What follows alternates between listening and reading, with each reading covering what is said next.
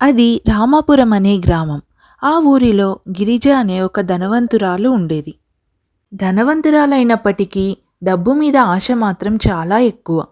ఇతరులకు సాయం చేయకపోగా ఎవరైనా తనను సాయం కోసం అడిగితే అందులో కూడా తన స్వార్థం చూసుకుంటుంది. తనకు ఏం లాభం వస్తుందని చూసుకుంటుంది. అయితే ఒకరోజు గిరిజ వాళ్ళ పక్కింట్లో లత, మురళి తమ కుటుంబంతో కొత్తగా వచ్చి చేరారు. అలా కొన్ని రోజులు గడిచాయి. ఒకరోజు లత గిరిజ వాళ్ళ ఇంటికి వెళ్ళి పచ్చడి నూరుకోవడానికి రోకలి కావాలని అడిగింది. పిన్నిగారు, మా వారు చాలా రోజుల నుంచి రోటి పచ్చడి నూరమని అడుగుతున్నారు.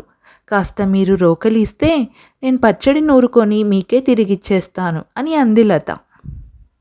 చూడమ్మాయ్, నీకు రోకలి ఇస్తాను, కానీ నాకేంటి లాభం చెప్పు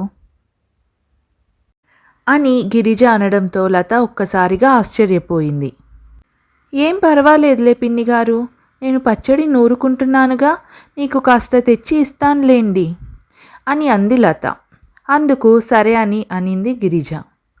అలా కొన్ని రోజులు గడిచాయి. మరోసారి గారెలు వేయించుకోవడానికి మూకుడు కావాలని గిరిజ దగ్గరికి వెళ్ళింది లత. అప్పుడు కూడా అదే సమాధానం, నీకు ఇవ్వడం వల్ల నాకేంటి లాభము అని. అందుకు లత, పిన్నిగారు, నేను ఎలాగో గారెలు వేయించుకుంటున్నానుగా, మీకు కొన్ని పంపిస్తానులేండి అని అంది. అందుకు గిరిజ ఒప్పుకుంది. కానీ లత మాత్రం ఈసారి ఎలాగైనా గిరిజకు బాగా తిక్క కుదుర్చాలి అని అనుకుంది. అందుకని ఒకరోజు ఎలుకల బోనులో ఎలుకలు పట్టుకొని గిరిజ దగ్గరికి తీసుకొని వచ్చింది లత.